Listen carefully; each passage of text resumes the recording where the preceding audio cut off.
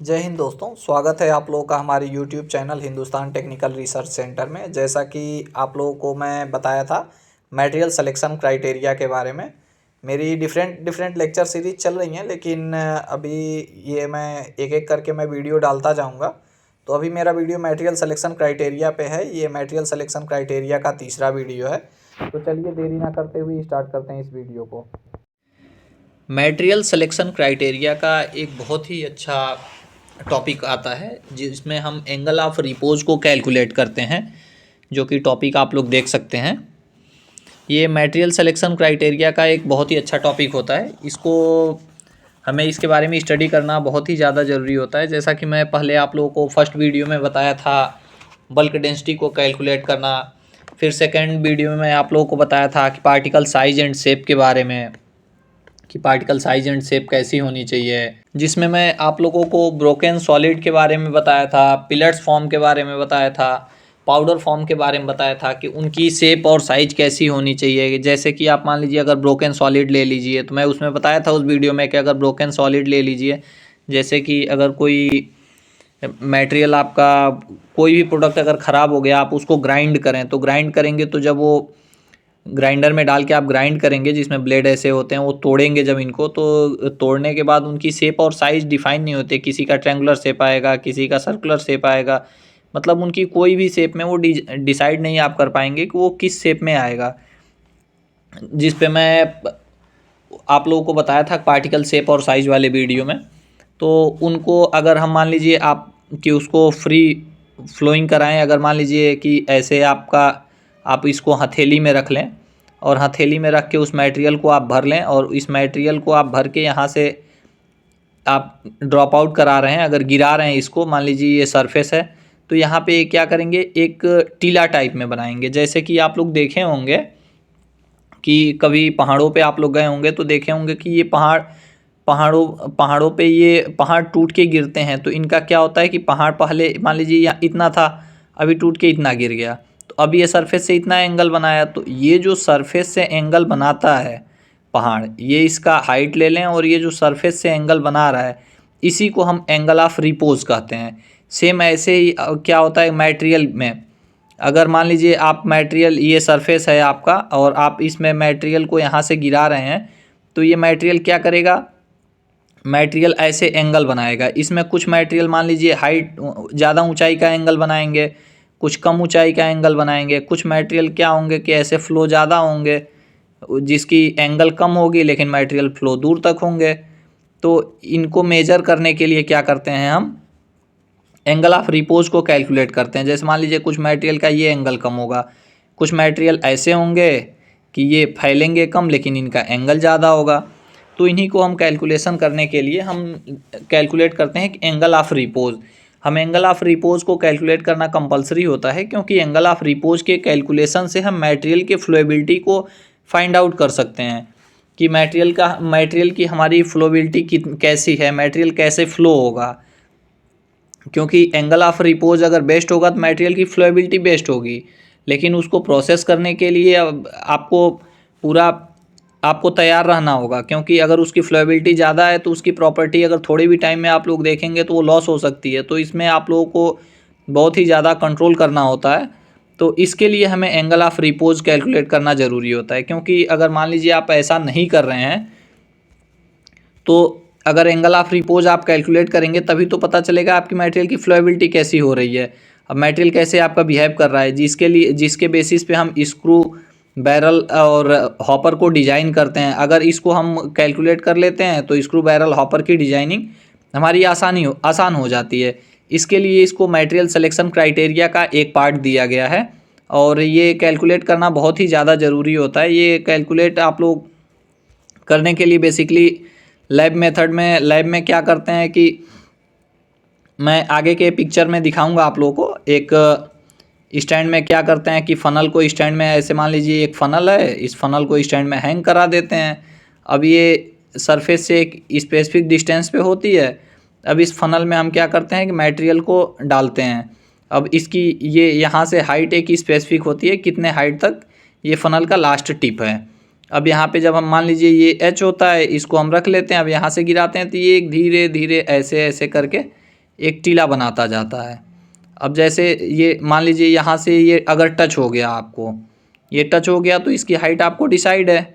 अब इसके बाद क्या करते हैं कि ये जो टीला बन रहा है ये आप इमेजिन करें कि ये सर्कुलर शेप में बनेगा, ऐसे बनेगा। अब इसको आपको क्या करना है कि ये जो टीला बना है आप एक ग्राफ पेपर पे लेकर के और इस टीले पे क्या करेंगे, इस टीले को जो बना है वो ऐसे सर्कुलर मार्किंग कर लेंगे और सर्कुलर मार्किंग करके इसका डायमेंशन लेकर के आप फाइंड आउट कर लेंगे। मैं आगे आप लोगों को बताऊंगा इसी वीडियो में। तो चलिए देखते हैं। For finding angle of repose, the angle of repose simply put the material in the flat surface. Material को क्या करना होता है, एंगल ऑफ रिपोज को फाइंड आउट करने के लिए मटेरियल को फ्लैट सरफेस पे रखा जाता है। And measure a angle with the surface is called angle of repose. अगर मान लीजिए आप रखे हैं मटेरियल को, इस पे रखे हैं तो ये ऐसे बनेगा। जब ये ऐसे बनेगा तो इससे जो सरफेस से ये जो एंगल बना रहा है, ये सरफेस से जो एंगल बना रहा है इसी को हम एंगल ऑफ रिपोज बोलते हैं। In other word the angle of repose is included angle formed between size of the cone of the shared peak of the material and horizontal plane. ये वही बोल रहा है कि एंगल ऑफ रिपोज क्या होता है कि मटेरियल के हॉरिजेंटल प्लेन के साथ जो एंगल बनता है इसी को हम एंगल ऑफ रिपोज कहते हैं। जैसा कि इस पिक्चर में आप लोग देख सकते हैं कि ये लेबोरेटरी इक्विपमेंट है जो मैं आप लोगों को बता रहा था। और इसमें क्या होता है कि मान लीजिए कि आप इमेजिन करें कि आपका मटेरियल है, मटेरियल को ऐसे गिरा रहे हैं तो ये ऐसे टीला टाइप में स्ट्रक्चर बन रहा है। अब ये यहाँ पे ऐसे राउंड बनाएगा तो यहाँ से आपको डायमीटर मिल जाएगी इसकी, जिससे रेडियस फाइंड आउट हो जाएगा आपको। उसके बाद आपको क्या करना है, सरफेस से इसके एंगल को फाइंड आउट कर लेना है कि ये वही एंगल निकल जाएगा, क्योंकि आपको रेडियस मिल गया और यहाँ से हाइट मिल गई तो बेस से आप एंगल को फाइंड आउट कर सकते हैं कि एंगल कैसे फाइंड आउट करते हैं। जैसा कि इस पिक्चर में आप लोग देख सकते हैं कि ये फाइन सैंड है, ये फाइन सैंड का एंगल यहाँ से आप देख सकते हैं। सरफेस से ये जो एंगल बन रहा है ये 35 डिग्री का एंगल बना है। ये इसका एंगल आप लोग देख सकते हैं तो ये 40 डिग्री का एंगल बना है। ऐसे ही एंगल ऑफ रिपोज को हम फाइंड आउट करते हैं। तो अभी चलिए आगे चलते हैं। Free flowing material make lower generally 45 degree angle with the surface, while non free flowing material fluffy material make higher angle with the surface. इसमें क्या है कि जो मटेरियल फ्री फ्लोइंग मटेरियल है, जैसे कि आप लोग अगर एक एग्जांपल ले लें, पॉलीएथिलीन टरफेथालेट को ले लें, या चलिए नॉर्मली आप पॉलीप्रोपेलिन या पॉलीएथिलीन को ही ले लें। तो जो पिलेट्स फॉर्म में है, अगर उनको आप मान लीजिए कि पॉलीएथिलीन को, ये सरफेस है आपका, अगर यहाँ से आप पॉलीएथिलीन गिरा रहे हैं तो ये क्या है कि ये दाने दाना इस पे पहले सरफेस पे फैलेगा, ऐसे फैलेगा ये, फिर फैलते फैलते फैलते फैलते फैलते फैलते क्या होगा, धीरे धीरे टीला एक टीले टाइप में स्ट्रक्चर बनाएगा। तो ये पहले ये दूर तक फैलेगा। तो वही बोल रहा है कि non free flowing material make lower angle. ये क्या होता है कि ये फ्री फ्लोइंग मटेरियल जो होते हैं, ये फ्री फ्लोइंग मटेरियल हैं, ये लोअर एंगल, कम एंगल बनाते हैं। वहीं अगर आप पाउडर को यहाँ से गिरा लीजिए, ये जो एंगल हुआ है ये कम हो गया। वहीं अगर आप पाउडर को यहाँ से गिराइए, ये सरफेस पे अगर पाउडर को आप गिराइए तो ये एक टीला टाइप में हाइट का टीला बनाएगा, तो इसका एंगल ज़्यादा होगा। तो वही ये बोल रहा है कि नॉन फ्री फ्लोइंग मटेरियल में एक lower angle, while free flowing material generally fluffy material, इन मटेरियल को फ्लफी मटेरियल बोला जाता है, जो कि मैं आप लोगों को बताया था। फ्लफी मतलब मुलायम मटेरियल, ये बहुत ही मुलायम मटेरियल। मुलायम कब होगा, जब ये पाउडर फॉर्म में होगा। अब जैसे कि पार्टिकल शेप एंड साइज में मैं आप लोगों को पार्टिकल शेप और साइज के बारे में बताया था, तो जिसकी पार्टिकल साइज जितनी कम रहेगी वो एंगल ज़्यादा उतना बनाएगा, जिसकी पार्टिकल साइज ज़्यादा रहेगी वो एंगल उतना ही कम बनाएगा। इसकी शेप और साइज में मैं आप लोगों को बाकायदा व्याख्या किया था कि बाकायदा आप लोगों को मैं डिस्क्राइब किया था कि शेप और साइज किसकी ज़्यादा है किसकी कम है, कैसी होनी चाहिए। तो जो जिनकी शेप और साइज कम रहेगी वो एंगल ज़्यादा बनाएंगे, और जिनकी शेप एंड साइज ज़्यादा रहेगी वो एंगल कम बनाएंगे।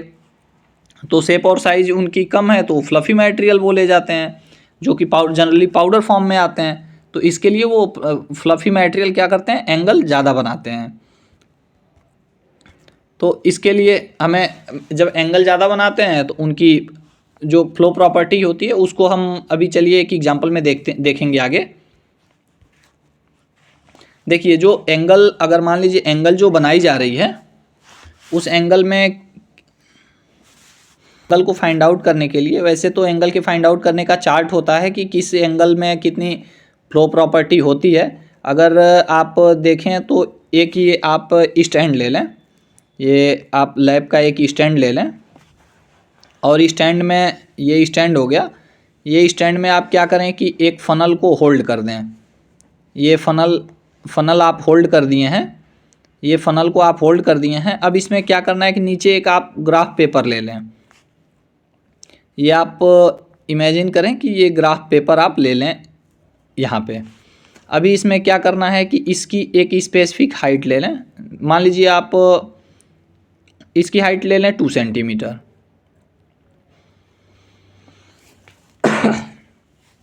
अब आपको क्या करना है कि इसमें जो मटेरियल है आपका, वो मटेरियल इसमें गिराइए। इसमें आप मटेरियल को डालिए। अब मटेरियल डालेंगे तो आप क्या होगा, जब आप इसमें मटेरियल को डाल रहे हैं तो ये मटेरियल क्या होगा कि यहाँ से नीचे गिरेगा और इस ग्राफ पेपर पे आएगा। तो ये ग्राफ पेपर पे आते आते मान लीजिए पहले ऐसे आया, फिर ऐसे आया, फिर ऐसे ये आकर के क्या होगा, ये अपना यहाँ पे पूरा एक स्ट्रक्चर टाइप में बना लेगा, एक पिरामिड टाइप में। जो पिरामिड टाइप में स्ट्रक्चर बनाएगा वो बेसिकली आप क्या करिए कि जो उनका बेस होगा, अगर मान लीजिए ये ऐसा स्ट्रक्चर बनाया, ऐसा एक स्ट्रक्चर बन गया इस पर, तो आप एक पेंसिल ले लीजिए और एक पेंसिल की हेल्प से जितना ये नीचे बेस है, इस बेस को आप राउंड कर लीजिए। ऐसे इस बेस को आप राउंड कर लीजिए। अब आपके पास कैसा स्ट्रक्चर बना, एक ऐसा एक प्लेन पेपर हो गया आपके पास और इस पे एक राउंड स्ट्रक्चर बन गया आपका। राउंड स्ट्रक्चर बना, क्योंकि ये पाउडर है तो मान लीजिए ये जो सर्कल आप बनाएंगे ये पूरा गोल तो होगा नहीं, तो इसको हर एक एंगल से आप मान लीजिए, इमेजिन कर लीजिए कि आपका रेडियस हो गया, तो हर एक यहाँ से यहाँ आप मेजर कर लीजिए। इस कॉर्नर टू कॉर्नर आप मेजर कर लीजिए, किसी भी कॉर्नर से कॉर्नर पे आप मेजर कर, कॉर्नर टू कॉर्नर में जब आप डायमीटर को मेजर कर लेंगे तो वहाँ से डायमीटर से आप रेडियस को फाइंड आउट कर सकते हैं, क्योंकि डायमीटर इज इक्वल टू होता है रेडियस इज इक्वल टू होता है डायमीटर अपॉन 2। तो यहाँ से आप डायमीटर को फाइंड आउट कर सकते हैं। अभी चलिए एक एग्जांपल में देखते हैं हम। जैसा कि मैं आप लोगों को बताया कि आप पेपर ले करके, जैसा कि ये पेपर है, इस पेपर पे ये आपका अगर ऐसा शेप बना, जो ये पेपर पे आपका जो टीला बना था, मटेरियल का जो टीला बना था, ऐसे ये टीला को आप पेंसिल से मार्किंग किए हैं, तो इसका मैं 2D लिया तो ये बना था। अब इसमें आप क्या किए हैं, रेडियस को फाइंड आउट कर लिए हैं, हर एंगल से रेडियस को फाइंड आउट किए हैं आप। अब रेडियस को फाइंड आउट कर लिए हैं, जैसा कि अगर मान लीजिए आप पहला रेडियस जो डायमीटर को आप फाइंड आउट किए हैं हर एक कॉर्नर टू कॉर्नर से, तो मान लीजिए पहला डायमीटर आपका आया 8 सेंटीमीटर, दूसरा डायमीटर आया 7.7 सेंटीमीटर, तीसरा डायमीटर आया 8 सेंटीमीटर, चौथा जो डायमीटर आया वो 8.2 सेंटीमीटर। अभी मैं इस टेबल के बारे में एक्सप्लेन करूँगा, पहले आपको एग्जाम्पल के ज़रिए ये बता दूँ। तो अभी क्या करेंगे हम, ये जो डायमीटर आप कॉर्नर टू कॉर्नर जो डायमीटर आप फाइंड आउट कर लिए हैं, ये जो कॉर्नर टू कॉर्नर डायमीटर एक एक करके आपने फाइंड आउट कर लिया है सर्कल का, तो अब हम रेडियस को निकाल लेंगे। तो रेडियस इज इक्वल टू होता है डायमीटर अपॉन 2। तो यहाँ से जो R1 रेडियस 1 आया वो 4 सेंटीमीटर आया, रेडियस 2 जो आया वो 3.8 सेंटीमीटर आया, जो रेडियस 3 आया वो 4 सेंटीमीटर आया, जो रेडियस 4 आया वो 4.1 सेंटीमीटर आ गया। अब हमने क्या किया है कि सबका रेडियस फाइंड आउट कर लिए हैं हम लोग। अब जब हम रेडियस को फाइंड आउट कर लिए हैं तो अभी रेडियस को जब हम लोगों ने फाइंड आउट कर लिया है, अब रेडियस को फाइंड आउट कर लिए हैं तो हमें एवरेज ले लेते हैं हम रेडियस का। अब जब रेडियस का एवरेज ले लिए हैं तो जो एवरेज आया है वो 3.98 सेंटीमीटर आया। अभी यहाँ से हमने क्या किया कि रेडियस फाइंड आउट कर लिया है। अभी आप लोग ट्रिगोनोमेट्री में आप लोग पढ़े होंगे कि अगर कोई ट्रायंगल है, कोई त्रिभुज है, इस त्रिभुज की अगर हमें हाइट पता हो गई, क्योंकि हाइट हमने कहाँ से हाइट फाइंड आउट कर लिया था। हाइट मैं आप लोगों को दिखाऊं, यहाँ से मैं बोला था आपको स्पेसिफिक हाइट पे रखना है। ये जो फ़नल है ये फ़नल स्पेसिफिक हाइट पे होगी, तो ये जो फ़नल आपकी स्पेसिफिक हाइट पे हो रही है तो ग्राफ पेपर या बेस पेपर से इसकी हाइट कितनी है ये पहले आपको डिसाइड हो गई है। तो वही आपने ट्रिगोनोमेट्री में देखा होगा कि एक ट्रायंगल है, अगर इसकी हाइट आपको पता हो गई है, अगर इसकी हाइट आपको पता है और ये जो हाइट है ये आपकी पहले से पता हो गई है। और इसकी जो बेस है, इस हाइट से और बेस, क्योंकि आपने सर्कल बनाया था यहाँ पे, एक ग्राफ पेपर पे आपके एक सर्कल ऐसे बना था, तो जो ये सर्कल बना था, इस सर्कल से अगर बेस की डिस्टेंस आप ले लें, ये जो डिस्टेंस अगर आप ले लें, ये रेडियस हो गई आपकी। जो रेडियस आपने फाइंड आउट कर लिया है यहाँ पे, ये रेडियस फाइंड आउट कर लिया। अब आपको क्या करना है कि जो ट्रिग्नोमेट्री की कोई भी फंक्शन ले लें जिसमें इसमें और इसमें रिलेशन है, तो आप क्या कर सकते हैं, एंगल को फाइंड आउट कर सकते हैं। तो आप tan थीटा ले लें। क्या लेना है आपको, tan थीटा ले लें। आप नॉर्मली tan थीटा ले लें। तो tan theta is equal to क्या होता है कि यहाँ इसको अगर h आप कंसीडर करें तो ये h अपॉन r हो गया, h अपॉन r हो गया। अब यहाँ से इसकी वैल्यू निकल जाएगी। जैसा कि आप लोग देख सकते हैं कि जो मैं हाइट लिया था वो हाइट मैं लिया था 2 सेंटीमीटर का, और जो रेडियस निकल के आया था, आपने एवरेज रेडियस लिया था वो 3.98 सेंटीमीटर आया था। अभी ये tan एंगल लेंगे तो जो ये tan a is equal to हो गया 2 अपॉन h अपॉन r। मैं बताया था आप लोगों को tan theta is equal to h upon r।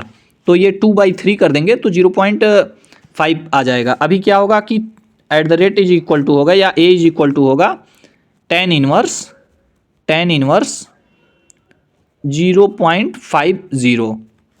तो tan इनवर्स 0.50 की वैल्यू कितनी होती है, 26.67।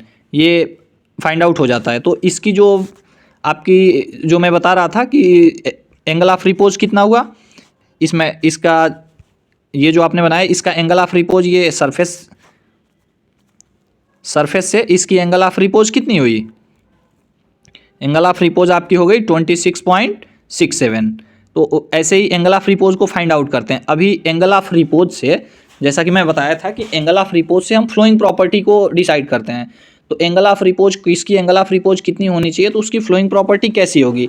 यहाँ आप लोग देख सकते हैं कि अगर आपकी angle of repose 25 to 30 degree है तो उसकी जो फ्लो प्रॉपर्टी होगी वो एक्सीलेंट होगी, क्यों। और जिसकी एंगल ऑफ रिपोज 31 to 35 है उसकी गुड होगी, वो गुड के कैटेगरी में आएगा। जिसकी 36 to 40 है वो फेयर कैटेगरी में आएगा, थोड़ा उससे डाउन होगा।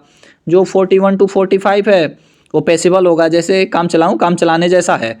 46 to 55 जिसका होगा वो पुअर होगा, इनको एजिटेशन की ज़रूरत होगी। जैसे कि मैं आप लोगों को क्रेमर फीडर का बताया था कि जिनकी अभी इसमें क्या है कि जिनकी एंगल ऑफ रिपोज इतनी होगी 46 to 55 होगी, उनको क्रेमर फीडर लगाना कंपलसरी हो जाएगा, क्योंकि वो एजिटेशन नहीं पाएगा तो वो मटेरियल फ्लो होगा ही नहीं, वो गिरेगा ही नहीं। और जिनकी एंगल ऑफ रिपोज 56 to 65 होती है वो क्या होता है, वो उनकी प्रॉपर्टी बहुत ही ज़्यादा पुअर होती है। और जिनकी 66 से एबव हो जाती है वो तो पुअरेस्ट हो जाते हैं, वो बिल्कुल ही पुअर हो जाते हैं एंगल ऑफ रिपोज उनकी। तो बेसिकली हमारा ये जो एंगल ऑफ रिपोज आते हैं वो पुअर कैटेगरी में आते हैं कुछ मटेरियल्स के, जैसे पीवीसी का हो गया। तो इनको एजिटेशन की ज़रूरत होती है, लेकिन नॉर्मली कई जगह तो हम ऐसे यूज कर लेते हैं। लेकिन बहुत ही भी मटेरियल हैं जो वेरी पुअर क्वालिटी में और पुअरेस्ट क्वालिटी में भी कंसीडर किए जाते हैं।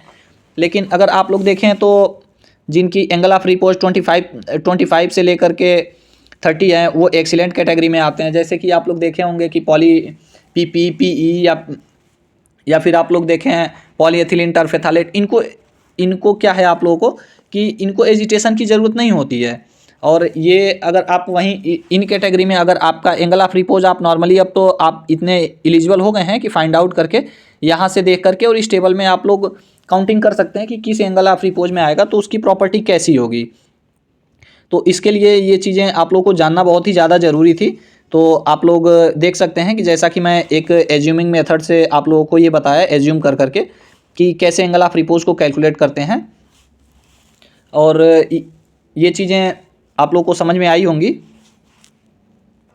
क्योंकि एंगल ऑफ रिपोज से ही मटेरियल की प्रॉपर्टी वगैरह डिसाइड होती है, फ्लो प्रॉपर्टी प्रोसेसिंग में प्रॉब्लम ना हो इसके लिए। चलिए अभी देखते हैं। फनल से मटेरियल हॉरिजेंटल सरफेस पे गिर रहा है और ये सरफेस के साथ एक सर्टेन हाइट पे है, जो कि आप देख पा रहे होंगे कि एंगल भी बना रहा है सर्टेन हाइट पे जो फनल है, जिससे डिफरेंट ग्रेन शेप और साइज के हिसाब से मटेरियल फ्लो हो रहा है, नीचे गिर रहा है और सरफेस पे, जो कि अलग अलग एंगल बना रहा है।